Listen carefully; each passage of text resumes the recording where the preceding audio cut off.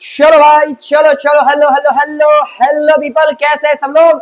I hope सब लोग हमेशा की तरह शानदार, जबरदस्त और जिंदाबाद रहेंगे। यस भाई साहब, यस। क्या बात है, सब बच्चे आ गए क्या ऑनलाइन? क्या सारे बच्चे ऑनलाइन आ गए हैं? क्या सीईटी के सारे बच्चे ऑनलाइन आ चुके हैं क्या? जल्दी जल्दी लाइव आ जाओ फटाफट। अपने कंप्यूटर बेसिक्स के इस सेशन के लिए जल्दी से लाइव आना। लेक्चर स्टार्ट नहीं हुआ ना अभी तक? अभी अभी हो रहा है बेटा। हाय हेलो, अभी अभी हो रहा है। चलो स्टार्ट हो गया लेक्चर। जल्दी से सबको, सारे बच्चों को a very very very very good evening. Yes, हाँ जी, चलो आ गए आ गए आ गए, वेरी गुड। चलो आगे बढ़ते फिर। सर कल तक हमने कुछ क्वेश्चन सॉल्व कर लिए हैं। हमारे कंप्यूटर बेसिक्स के कुछ क्वेश्चन सॉल्व किए हुए हैं एकदम शानदार तूफान तरीके से। क्या सारे क्वेश्चंस बच्चों को समझ में आए हैं क्या? ठीक है, क्या सारे क्वेश्चंस बच्चों को समझ में आ गए? तो क्या हम अभी आगे बढ़ने के लिए तैयार है सारे बच्चे? सारे बच्चे अपनी अपनी स्क्रीन के सामने बैठे हुए हैं, कान में हेडफोन्स है, ईयरफोन्स, हेडफोन्स, जो भी तुम बोलते हो। यस, आज करेंगे। यस, आज अपना टारगेट है, आज 50 तक कंप्लीट करेंगे बेटा। आज 50 तक कंप्लीट करने वाले हैं। अरे क्या बात है स्वैपी यार, बहुत बढ़िया। हाँ बेटा ठीक है, टाइम पर शुरू करेंगे। अब भी थोड़ी सी यहाँ पे थोड़ा सा गड़बड़ था लेक्चर का, पहले वाले लेक्चर का, इसलिए। ओके चलो जी, चलो। आई होप सारे बच्चे आ चुके हैं, सब लोग अपनी अपनी स्क्रीन के सामने बैठे हुए, सेटअप सबका रेडी है। कोई भी टेबल के ऊपर पैर रख के नहीं बैठा, कोई भी नींद में सोते हुए ऐसे आड़े टेढ़ा मेढ़ा बैठ के लेक्चर नहीं देख रहा है। ठीक है, समझ गए क्या? Very good. चलो एकदम सीधे सीधे बैठो बेटा। अब आएंगे अपने टॉपिक पे, कंप्यूटर बेसिक्स। चलो question number 31। Let's start with full package of energy. चलो 31, क्वेश्चन नंबर 31। सबका पूरा ध्यान इधर। The processor is a dash chip plugged on to the motherboard in a computer system. Sir ये प्रोसेसर के बारे में पूछ रहे, ये प्रोसेसर के बारे में पूछ रहे कि सर प्रोसेसर किस तरीके का चिप होता है। प्रोसेसर किस तरीके का चिप होता है जो मदरबोर्ड पे लगा हुआ होता है, मदरबोर्ड पे प्लग किया हुआ होता है, मदरबोर्ड पे लगा हुआ होता है। तो प्रोसेसर किस टाइप का चिप है? सुनो, अब ये क्वेश्चन का आंसर कई सारे बच्चों को पता नहीं होगा। ठीक है, ये थोड़ा सा टेक्निकल क्वेश्चन है, लेकिन ऐसे भी क्वेश्चंस आ सकते हैं। किसका आंसर याद रखना हमेशा, सर ये है VLSI, VLSI टाइप का चिप। ये है VLSI टाइप का chip. Option number 2 VLSI is the correct answer. Sir options क्या थे? LSI, VLSI, ULSI, XLSI, WLSI। इसमें से करेक्ट ऑप्शन है sir VLSI। Option number 2 is the correct answer. Sir VLSI मतलब क्या? VLSI मतलब very large scale integration, very large scale integration. चलो बेटा सब लोग आ जाओ। सर ये क्या होता है? हो जाएगा बेटा, हो जाएगा, क्लियर हो जाएगा, हो जाएगा, हो जाएगा, कोई दिक्कत नहीं है। वो कैमरा मेरे पे फोकस करता है, मैं अगर ऐसे ज्यादा मूव करूं तो वो हो सकता है ऐसे, कोई दिक्कत नहीं है, क्लियर दिखेगा, कोई दिक्कत नहीं उसकी। ठीक है, चलो ध्यान दो सब लोग। सर VLSI क्या होता है? सुनो बहुत अच्छे से सुनना। Very large scale integration. Very large scale integration, integration मतलब क्या? सर प्रोसेसर एक ऐसा चिप है ना जहां पे कई सारे अलग अलग थाउजेंड्स लैक्स लेवल के अलग अलग कनेक्शंस जहां पे होते हैं। समझ गए क्या? ठीक है, हाँ, एक सिंगल चिप पे होते हैं और वो, ठीक है, इसीलिए इसको बोलते हैं very large, very very large scale integration. समझ गए क्या बेटा? ठीक है, चलो क्या एक्सप्लेनेशन देखो। VLSI stands for very large scale integration which refers to the process of creating integrated circuits by combining thousands of transistors into a single chip। Sir एक सिंगल चिप पे थाउजेंड्स या मिलियंस, लाखों, हजारों ऐसे transistors लगे हुए होते हैं। ठीक है, कनेक्टेड होता है। The processor in a computer system is typically a VLSI chip, very large scale integration chip which is plugged on to the motherboard, और ये प्रोसेसर मदरबोर्ड पे लगा हुआ होता है। ठीक है, समझ गए क्या? पक्का पक्का? क्या हम आगे बढ़े? पीडीएफ मिलेगी बेटा, सुनो सुनो मिस्टर गेमर, पीडीएफ तुम्हें ऐप पे मिल जाएगी। जो भी क्वेश्चन हम ले रहे हैं ना, उसकी पीडीएफ तुम्हें ऐप पे तुरंत मिल जाएगी। चलो आगे, नेक्स्ट क्वेश्चन, फटाफट सब लोग यहाँ पे ध्यान दो। आज हमें 50 तक पहुंचना है, टारगेट आज का अपना 50 है सर, हाफ सेंचुरी मारनी है आज। चलो उस हिसाब से सब लोग एकदम एनर्जी के साथ बैठो। A register that keeps track of the next instruction, a register that keeps track of the next instruction to be executed is called, sir एक ऐसा रजिस्टर जिसको जो आगे आने वाले इंस्ट्रक्शंस का ट्रैक रखता है। मतलब क्या सर, कंप्यूटर जो भी इंस्ट्रक्शन देता है, उस दिन हमने देखा था इंस्ट्रक्शन साइकिल के बारे में पढ़ा था, ठीक है, फेच साइकिल वाला, ठीक है। तो इंस्ट्रक्शन साइकिल जब चलती है तो आगे आने वाला इंस्ट्रक्शन कौन सा रजिस्टर एग्जीक्यूट करता है, कौन से रजिस्टर में होता है, कौन सा रजिस्टर उस आगे वाले इंस्ट्रक्शन का ट्रैक रखता है। कंप्यूटर का अलग से पेपर नहीं रहता बेटा, सारे क्वेश्चंस तुम्हें एक साथ ही दिए जाएंगे, 90 मिनट्स में सॉल्व करना है तुमको। चलो ध्यान दो बॉस। सर ऑप्शंस क्या क्या है? Data register, instruction register, action register, program counter, accumulator. Sir अब सुनो, इन्होंने सवाल पूछा है कौन सा रजिस्टर होता है, तो अपने मन में आएगा सर ये इनमें से तीनों में से कोई तो होगा क्योंकि नाम में रजिस्टर है, लेकिन ऐसा नहीं है। इसका करेक्ट आंसर है बेटा option number 4, program counter. Option number 4 program counter, option number 4 है बेटा प्रोग्राम काउंटर। ठीक है, प्रोग्राम काउंटर भी एक रजिस्टर का ही टाइप है, प्रोग्राम काउंटर भी एक रजिस्टर ही होता है सीपीयू में। उस दिन बोला था मैंने कि सीपीयू में ऐसे लोकेशंस होते हैं, डेटा के लोकेशंस, ठीक है, वो होते हैं registers.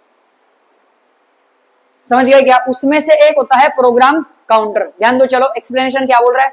The program counter PC is a special register in CPU that holds the memory. समझ गए सर, मेमोरी स्टोर करने के लिए, डेटा स्टोर करने के लिए, मेमोरी स्टोर करने के लिए छोटे छोटे लोकेशन होते हैं सीपीयू में, उसमें से एक है program counter PC. Holds the memory address of the next instruction to be executed. As instructions are fetched, the program counter is updated to point to the next instruction. ठीक है, तो प्रोग्राम काउंटर क्या करता है बेटा?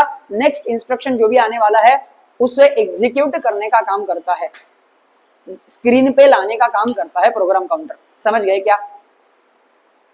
ठीक है, ये ऐसे कुछ क्वेश्चंस है जहां पे सर जिस बच्चे को नॉलेज नहीं है ना बहुत ज्यादा, और ये एक्सपेक्टेड भी नहीं तुम्हें कि ये लेवल का नॉलेज तुम्हें होगा। सर बेसिक लेवल का नॉलेज हमें है कंप्यूटर के बारे में, तो ये कुछ क्वेश्चंस है, ये तुम्हें याद ही रखने पड़ेंगे बेटा, ये तुम्हें प्रैक्टिस करके याद ही रखना पड़ेगा। ठीक है, चलो आगे, यहाँ पे थोड़ी सी मेहनत है, बाकी तो लॉजिकल सवाल है सारे।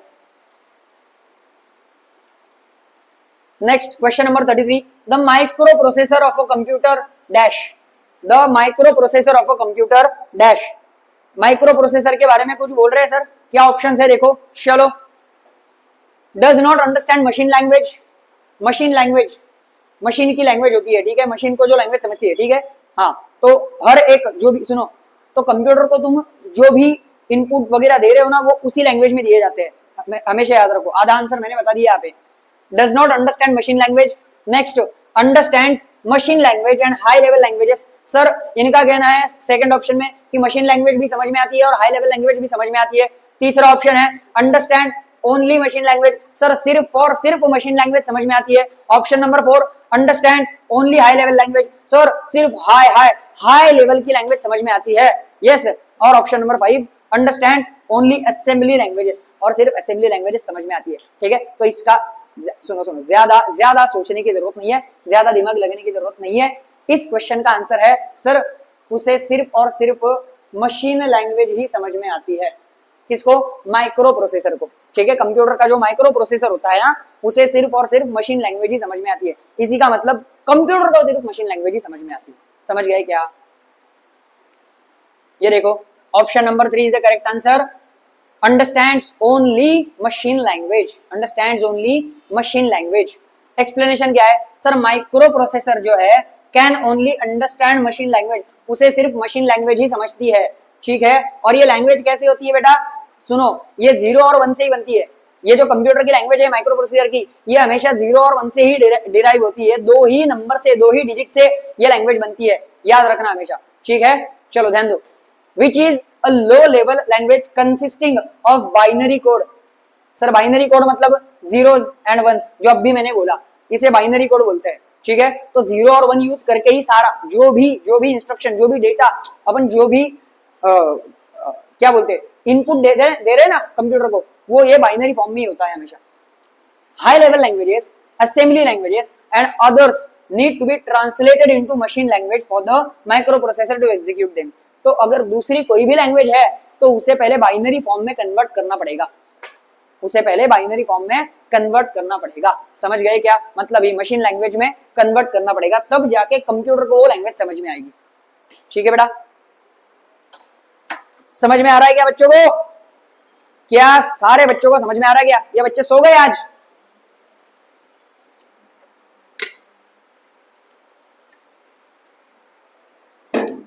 चलो बॉस, बच्चे लगता है, मुझे लगता है बच्चे सो गए आज।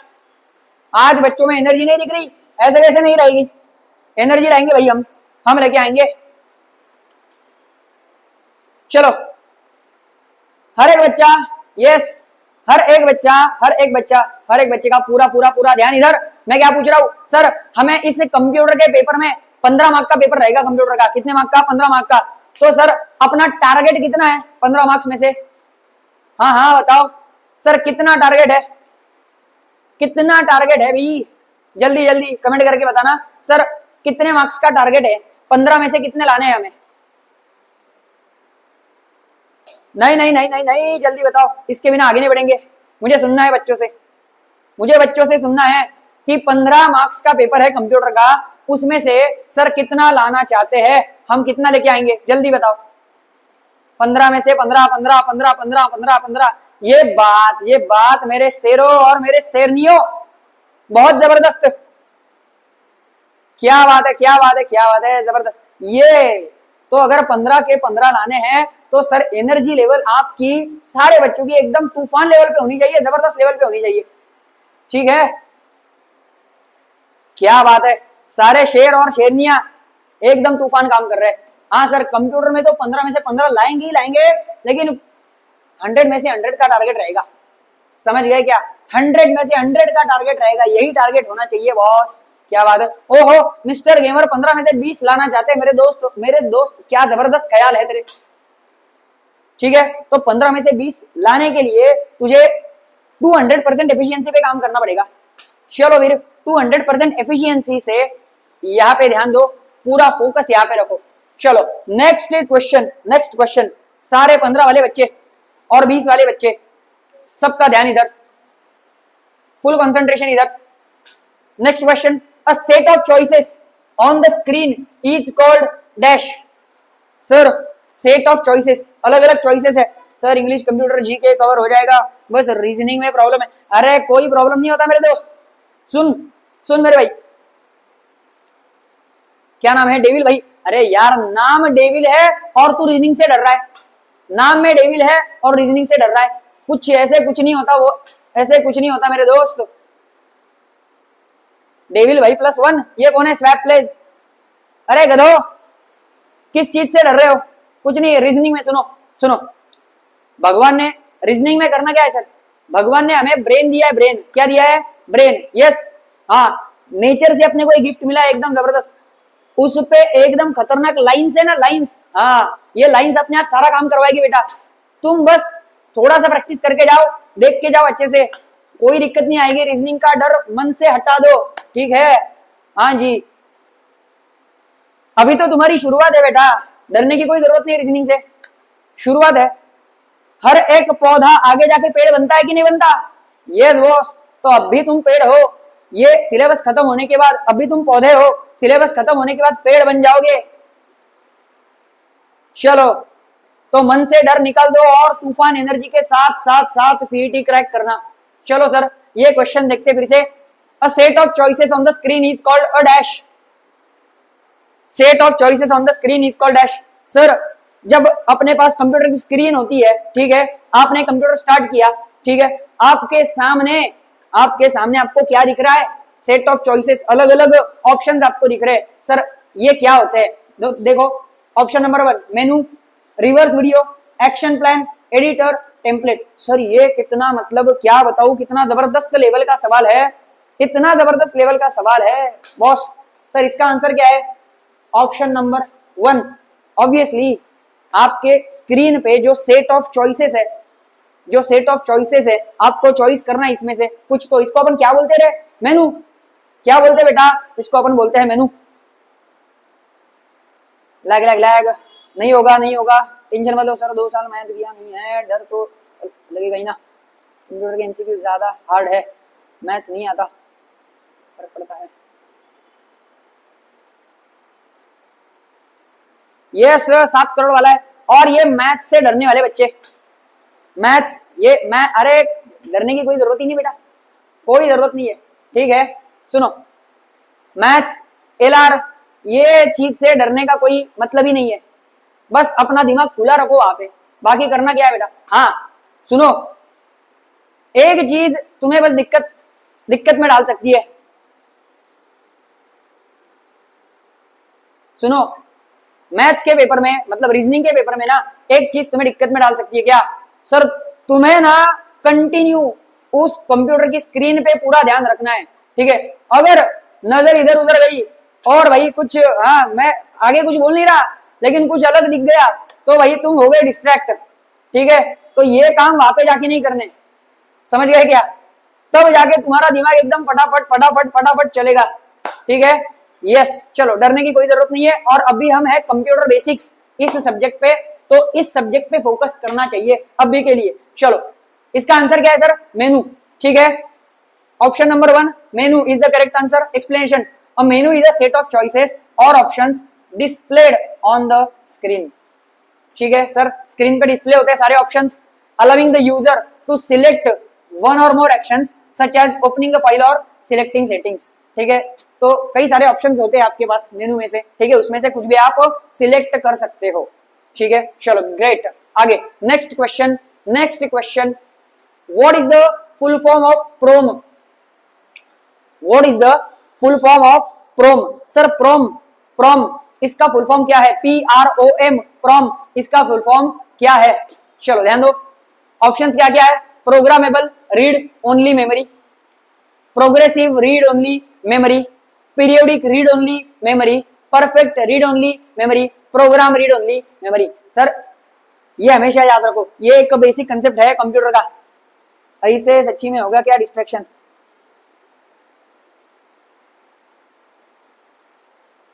अनघा बेटा अनघा, इसमें से ही क्वेश्चंस आएंगे, ऐसे नहीं है। ये क्वेश्चन तुम्हारी प्रैक्टिस के लिए है, समझ गए क्या? हाँ, ऐसे सच्ची होगा क्या डिस्ट्रक्शन? अरे बेटा आदित्य, ये तो तुम्हारे ऊपर है, ठीक है, तो फुल फोकस रहो फिलहाल के लिए। चलो यस सर, इसका आंसर है programmable read only memory, option number 1। Option number, अरे ये क्या हो गया बॉस? चलो option number 1 is the correct answer, programmable read only memory. चलो ध्यान दो, प्रोम क्या होता है? PROM stands for programmable read only memory. It is a type of memory that can be programmed once by the user, meaning data can be written to it after manufacture, but it cannot be modified or erased afterward. Sir programmable मतलब क्या? आप programme कर सकते हैं, समझ गए क्या? ये ऐसी मेमोरी है, रीड ओनली मेमोरी है, रोम का टाइप है, type of memory that can be programmed once. Sir एक बार आप प्रोग्राम कर सकते हैं, मतलब ही आप उसको राइट तो कर सकते हैं, लेकिन इरेज नहीं कर सकते, उसको मॉडिफाई नहीं कर सकते। Programmable read only memory, yes correct है। आगे आगे आगे आगे, सारे बच्चे सुनो, ये सारे क्वेश्चन 7 करोड़ के लिए है, तो जो जितने आंसर देगा उसको उतने बार 7 करोड़ मिलते जाएंगे, टैक्स माइनस करके, समझ गए क्या? तो सारे बच्चों के आंसर चाहिए मुझे। सर टैक्स, हाँ पहले ही बता दूं, टैक्स हाँ, टैक्स कट करके 7 करोड़ आने वाले हैं। ठीक है सर, टैक्स कितना कट होगा? 7 करोड़ पे 7 करोड़। बची हुई अमाउंट आज रात तक तुम्हारे अकाउंट में आ जाएगी, सबको पता है रूल अपना। चलो next question, which of this should be used if sender of email sender of email text wants to format it in bold and italic. ठीक है सर, ईमेल के टेक्स्ट को बोल्ड एंड इटैलिक में अगर convert करना है, bold and italic में लिखना चाहता है सेंडर, तो क्या यूज करना चाहिए? फिर से एक बार पूछ रहा हूं, फिर से एक बार। सर ईमेल का सेंडर जो है, मैं ईमेल भेज रहा हूं, ठीक है, मैं अपने टेक्स्ट को बोल्ड एंड इटैलिक में कन्वर्ट करना चाहता हूं, ठीक है, तो सर क्या यूज करना चाहिए? Rich signature, rich text, rich format, plain format, plain text. Sir mail करके देखो, मेल करके देखो, समझ में आएगा वहां पे क्या है, होता है sir. Option number 3 reach format, sorry option number 3 reach format, ठीक है, ऑप्शन नंबर 3 है रीच फॉर्मेट। ध्यान दो, explanation. Reach format is used when you want to apply text formatting such as bold, italics or other styles to the content of your email। ठीक है, तो sir आप formatting के बारे में कुछ भी करना चाहते हैं तो आपको रीच फॉर्मेट में जाना पड़ेगा। ठीक है, the other options like plain text और rich signature do not support such formatting. Sir जो बाकी का ऑप्शन दिए है ना, उनको कोई यहाँ पे काम नहीं है। रीच सिग्नेचर होता है, वो सिग्नेचर के लिए काम आता है, प्लेन टेक्स्ट का अलग काम होता है, रीच फॉर्मेट ही यहाँ पे आपकी मदद कर सकता है।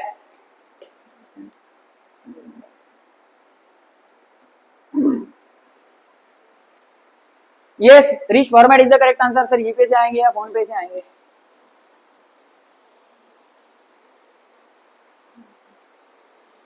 अरे क्या बात है, बहुत बढ़िया बहुत बढ़िया।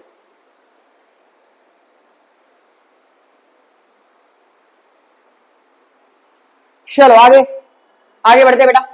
Next question, which of the following words is not related to internet.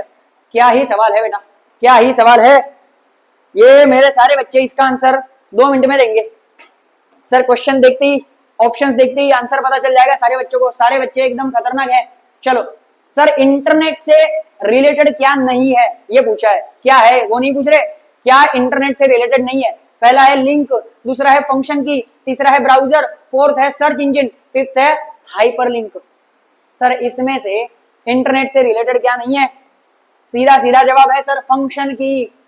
Function की, फंक्शन की, ये तो कीबोर्ड से रिलेटेड है। ठीक है, यस करेक्ट है, करेक्ट है, फंक्शन की, फंक्शन की is the correct answer. Function की वाले बच्चे, ऑप्शन नंबर 2 वाले बच्चे 7 करोड़ आ जाएंगे बेटा टैक्स कट करके। सर बाकी के तो क्या ही बताए, hyperlink, search engine, browser, link, ये सर मतलब नहीं नहीं नहीं नहीं नहीं, ये तो रोज ही यूज करते हैं ब्राउजर। हाँ जी, और लिंक, ओए लिंक के बारे में तो क्या ही बताऊं सर, लिंक के बारे में तो पूछो ही मत बच्चों को। चलो हाँ, मैं कुछ बोल नहीं रहा हूँ, नालायक बच्चे एकदम। हाँ खुद ही हंस रहे, मैं कुछ नहीं बोल रहा। ठीक है हाँ, चलो लेक्चर की लिंक भेजता हूं ना, उसके बारे में बात कर रहा हूं, घरे गई के। आगे चलो बॉस, फंक्शन की option number 2 is the correct answer.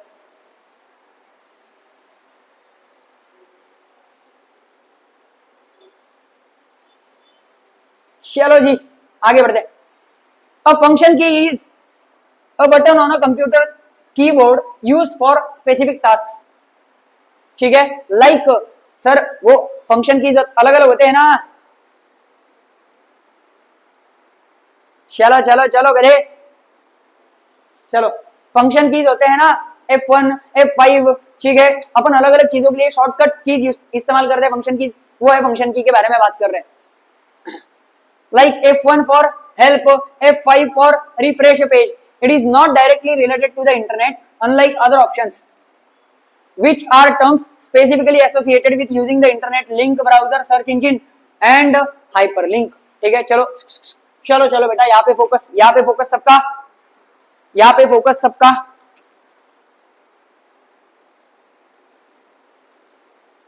चलो बेटा यहाँ पे फोकस सबका, मजाक मजाक साइड में रखो अभी। ठीक है, थोड़ा बहुत हंसी मजाक हो गया, अब सबका फोकस इधर। आगे बढ़े। Next question, which justification aligns the text of a document on both left and right side margins. Sir left side margin और राइट साइड मार्जिन ये दोनों को अलाइनमेंट करने का काम कौन करता है? ध्यान दो, सुनो सुनो ध्यान दो। लेफ्ट साइड मार्जिन और राइट साइड मार्जिन दोनों को अलाइन करने का काम कौन करता है? कौन सा ऑप्शन है उसके लिए? ध्यान दो। चलो sir right justify both sides balanced none of this. क्या बोला है? Right justify both sides balanced none of this. इसका आंसर है बेटा, करेक्ट आंसर है जस्टिफाई। इसका करेक्ट आंसर है जस्टिफाई। क्या है बेटा? जस्टिफाई। ठीक है, जस्टिफाई जो ऑप्शन है वो किसी भी डॉक्यूमेंट को एक प्रॉपर फॉर्मेट में सही तरीके से दोनों साइड से अलाइनमेंट देने का काम करता है, अलाइन करने का काम करता है। ठीक है, चलो ध्यान दो क्या है explanation. Justifying the text means aligning it evenly on both left and right margins. Sir left right margin में उसे, यस करेक्ट है, सही आंसर है बच्चों का। यस, लेफ्ट राइट मार्जिन में जस्टिफाई हो जाता है, मतलब अलाइन हो जाता है। This is commonly used in formal documents to give neat and organized appearance. ठीक है, तो जो फॉर्मल ऑफिशियल डॉक्यूमेंट्स होते हैं उनके लिए यूज किया जाता है जनरली। आगे question, next question, what is the full form of LSI? What is the full form of LSI? चलो एलएसआई का फुल फॉर्म पूछ रहे, एलएसआई का फुल फॉर्म पूछ रहे। अब भी कुछ देर पहले इसके बारे में बात की थी मैंने, VLSI, very large scale integration. ठीक है, तो एलएसआई का फुल फॉर्म यह पे ऑप्शंस क्या क्या है बेटा? Low scale internet, large scale internet. Sir यहाँ पे इंटरनेट का कोई भी रिलेशन संबंध नहीं है। ठीक है, इसीलिए इंटरनेट वाले ऑप्शन दो तो चले गए।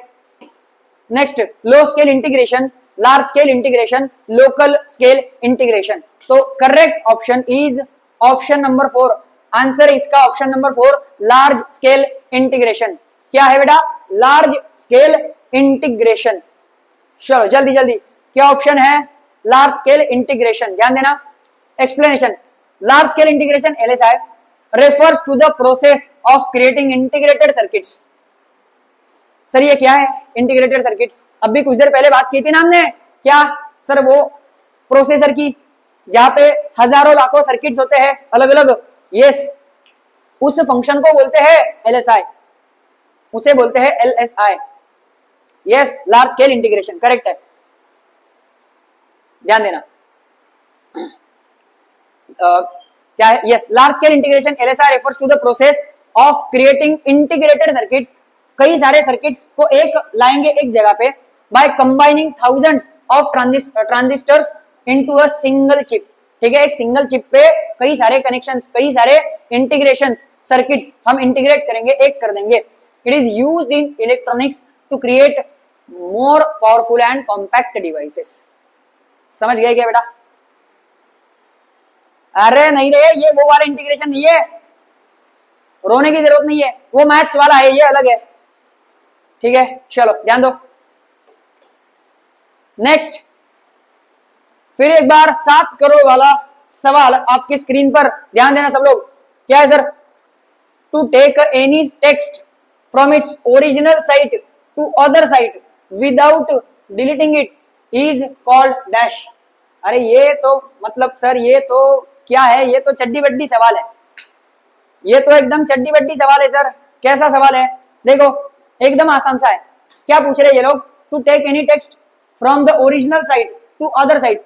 सर किसी एक टेक्स्ट को उसकी ओरिजिनल जगह से दूसरी जगह पे लेके जाना है विदाउट डिलीटिंग इट। तो ओरिजिनल टेक्स्ट को डिलीट, बिना डिलीट किए दूसरी जगह पे भी रखना है। क्या है सर ये? क्या है? ये तो अपन करते हैं ना हमेशा। क्या ऑप्शन देखो? Scrolling, searching, moving, कॉपिंग, halting. Sir इसमें से क्या ऑप्शन लग रहा है बच्चों को? क्या ऑप्शन लग रहा है?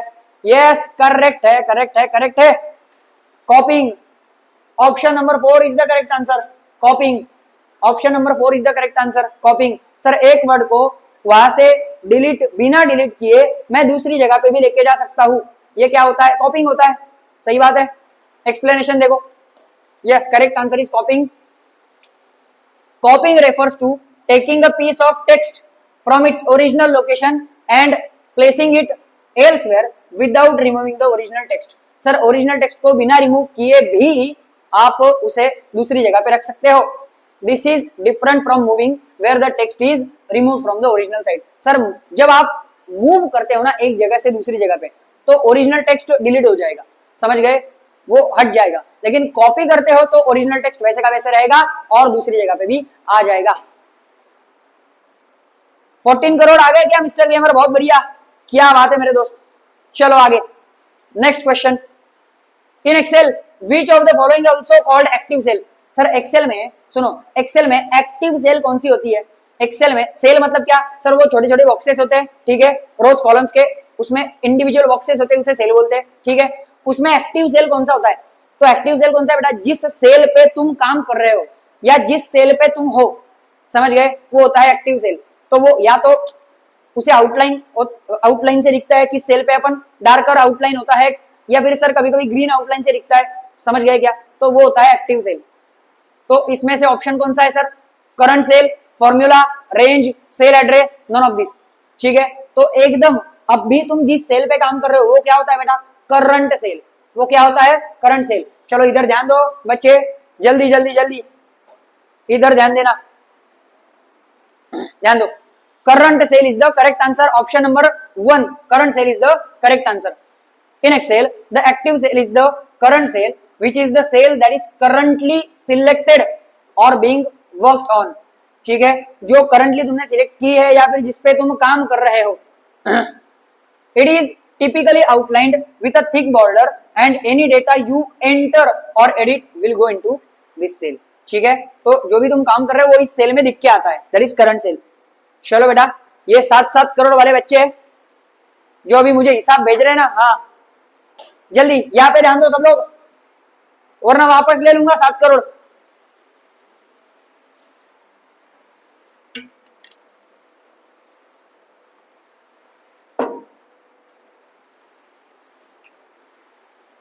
चलो बॉस आगे बढ़ते, आगे बढ़ेंगे आगे बढ़ेंगे। Next question, next question, what is included in email address? ओ हो, बहुत मस्त सवाल है सर। ईमेल एड्रेस में क्या इंक्लूडेड होता है? ईमेल एड्रेस में क्या होता है, ठीक है। चलो ऑप्शंस क्या है? Domains name and its users name. Sir एक डोमेन का नेम, जो डोमेन अपन इस्तेमाल कर रहे हैं, ठीक है, जहां पे अपन रजिस्टर्ड है वो डोमेन, और उस डोमेन का यूजर, ये पहला ऑप्शन है। दूसरा ऑप्शन क्या है? Users name and its domain. Sir user का नेम और उस यूजर का डोमेन, यहाँ पे बच्चे कंफ्यूज हो जाएंगे, ठीक है, ध्यान दो। आगे users name and it's postal address. क्या बात है सर, ये तो कदापि नहीं आएगा, ये तो जीवन में कदापि नहीं आएगा, ठीक है। क्यों? क्योंकि पोस्टल एड्रेस तो होता नहीं है वहां पे ईमेल एड्रेस में। Next, users name and is street address, बिल्कुल नहीं, स्ट्रीट एड्रेस भी नहीं। यस, तो option number 1 and none of this, ये तो ठीक है। तो option number 1 is the correct answer, ठीक है। Option number 1 is the correct answer, domain name and its users name. Sir कैसे? सुनो, ये दो ऑप्शन सेम सेम लगेंगे, 1 और 2 सेम सेम लग सकता है, यहाँ पे बच्चे कंफ्यूज हो जाएंगे। सर यहाँ पे बोला डोमेन नेम यूजर नेम, यहाँ पे बोला यूजर नेम डोमेन नेम, ठीक है। तो बेटा सुनो, डोमेन नेम होता है और उस डोमेन, जिस डोमेन पे अपन रजिस्टर है, मान लो जीमेल पे, ठीक है, तो जीमेल डोमेन का नेम है, ठीक है, और उसका यूजर मैं हूं या फिर कोई एक्स व्यक्ति है, ठीक है, तो उसका नाम, ये दोनों चीजें होती है उसमें, ठीक है। इन्होंने दूसरे ऑप्शन में बोला है यूजर का नेम और उसका डोमेन, उसका कोई डोमेन नहीं होता, यूजर का कोई डोमेन नहीं होता, समझ गए क्या? डोमेन का यूजर होता है, ठीक है। इसलिए option number 1 is the correct answer, option number 1 is the correct answer. जैसे कि मान लो बाबूराव गणपतराव अपटे @gmail.com, तो gmail.com is the domain name, समझ गए क्या? समझ गए क्या बेटा? पक्का पक्का।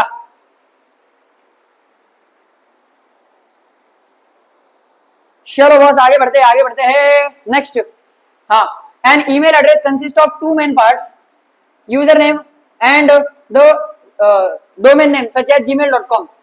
The username identifies the person or entity and the domain name specifies the email service provider or organization. तो यूजर नेम में जिस पर्सन का अकाउंट है वो उसका नाम होता है, ठीक है, और डोमेन नेम में जहां पे तुम रजिस्टर्ड हो वो होता है।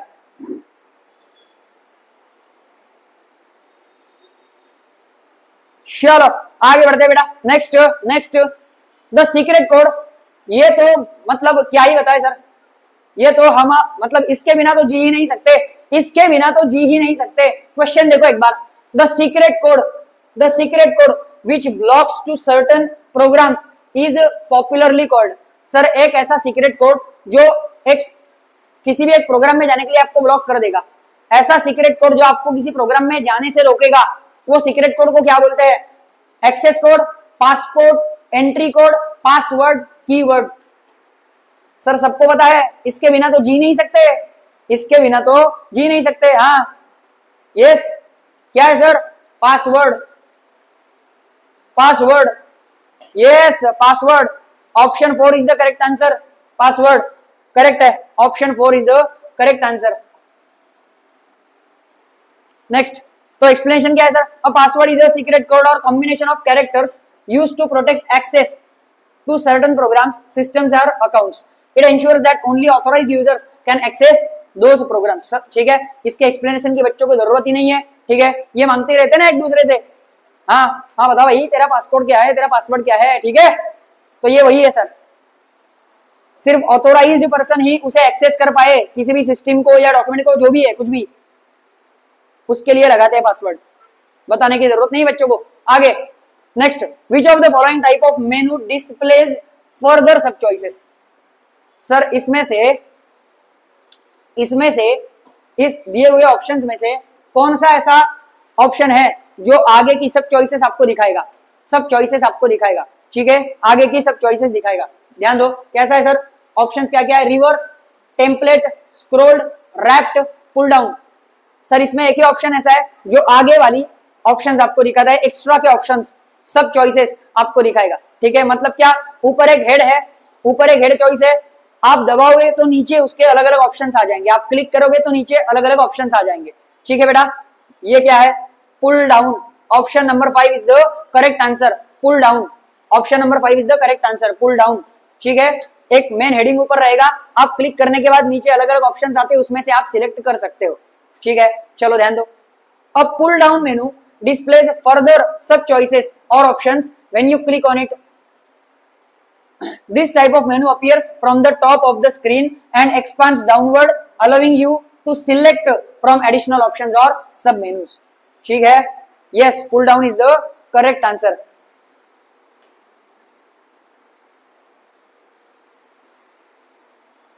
चलो आगे बेटा। Next, whenever one receives email, जब भी कोई ईमेल रिसीव करेगा फ्रॉम एन अननोन सेंडर, एक अननोन सेंडर से, विच of the following must be secured. सुनो, अब ये सभ्यता से पूछ रहे क्या?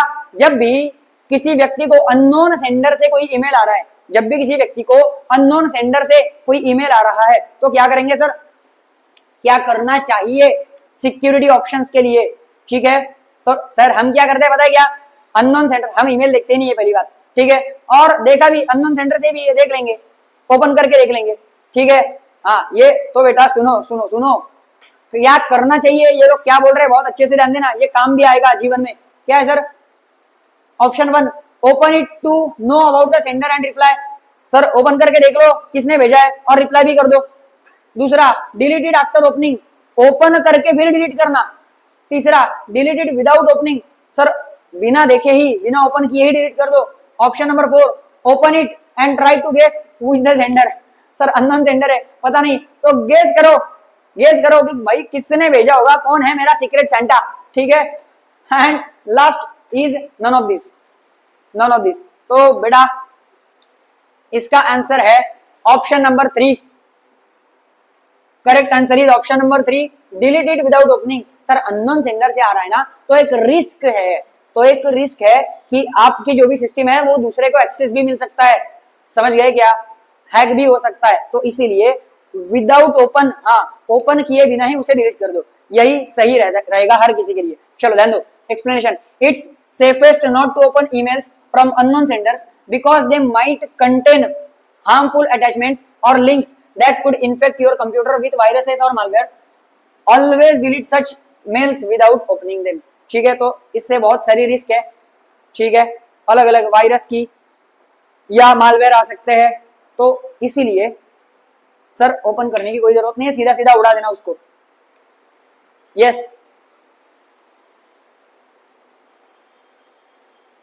आगे बेटा।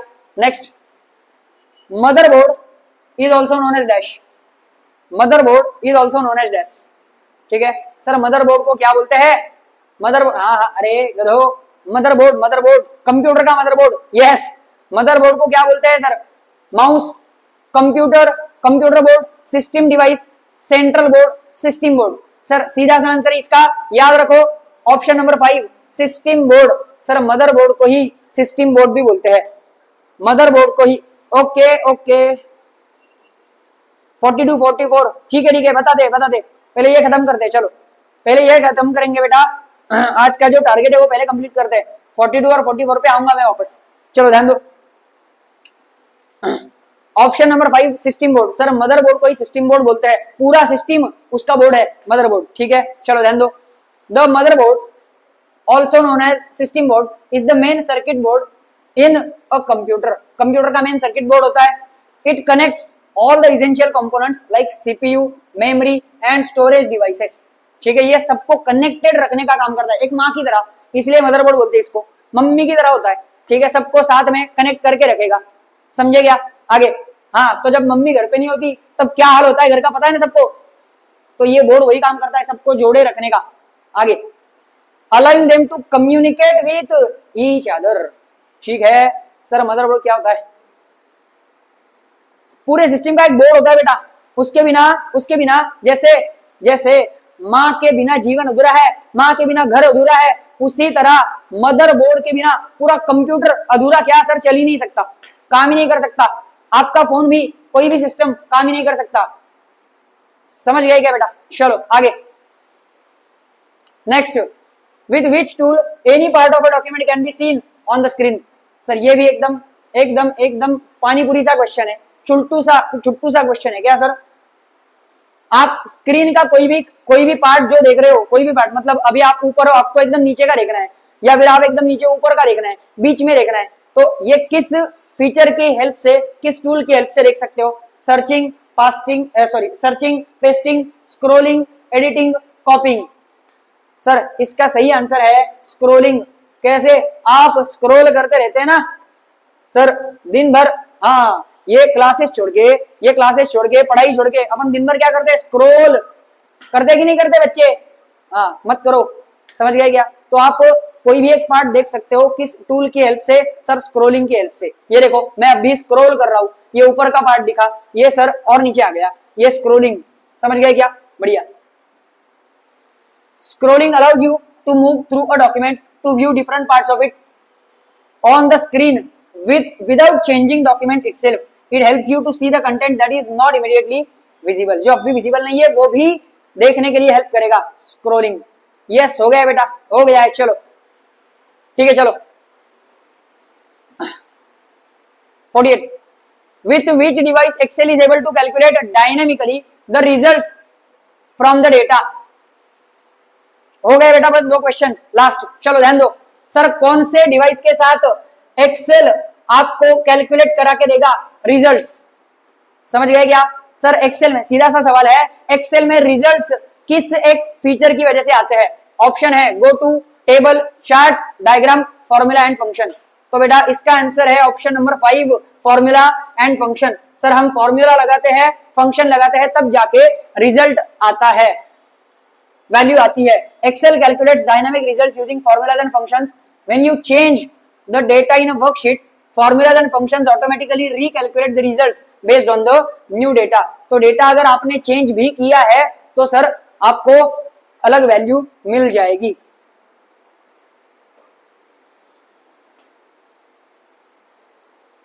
चलो भैया आगे, second last question, what kind of storage hard disk is.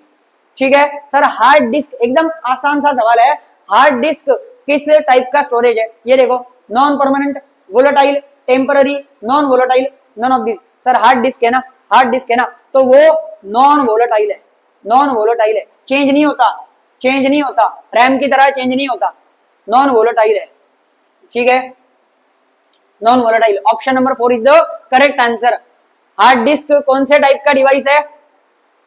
तो बेटा नॉन वोलेटाइल। ध्यान दो, a hard disk is a non volatile because it retains data even when the power is turned of. तो जब भी पावर टर्न्ड ऑफ भी है ना, ये बंद भी है, तभी भी डेटा इसमें रहेगा। Unlike volatile memory like RAM which loses data when the power is lost. RAM खत्म हो जाएगा सर जब ये बंद हो जाएगा तो, ठीक है, लेकिन हार्ड डिस्क में जो डेटा है वो तो रहेगा ही रहेगा, इसलिए वो नॉन वोलेटाइल होता है। आगे और लास्ट क्वेश्चन है बेटा आज का, ये अपन टारगेट पे पहुंच गए हैं। लास्ट क्वेश्चन है, सबका पूरा ध्यान इधर। क्या है बेटा? विच of the following is hardware but not a software. Sir इसमें से हार्डवेयर है लेकिन सॉफ्टवेयर नहीं है, ऐसा कौन है? हार्डवेयर है पर सॉफ्टवेयर नहीं है, ऐसा कौन है? सर एक्सेल है software, printer driver software, operating system software में ही आता है, पावर पॉइंट भी सॉफ्टवेयर में आता है। तो mouse option number 5, mouse option number 5 mouse is the correct answer. Sir ये सॉफ्टवेयर नहीं है, हार्डवेयर है। हार्डवेयर मतलब फिजिकल डिवाइस है। ये देखो माउस, एक्सप्लेनेशन है, a mouse is a physical device hardware used to interact with computer, whereas other options like Excel, printer driver, operating system and PowerPoint are all softwares, which means they are programs or systems that run on a computer। बहुत ही easy है, बहुत ही easy है, समझ गए क्या? पका चलो भाई फिर आज यहाँ पे रुकेंगे, जल्दी से भागो इंग्लिश के लेक्चर के लिए। तब तक के लिए सब लोग हाँ सुनो, कल तो संडे है, कल तो छुट्टी रहेगी, सीधा मिलेंगे हम परसों। तब तक के लिए सब लोग हमेशा की तरह शानदार, जबरदस्त और जिंदाबाद रहना। Tata bye bye, have a good day.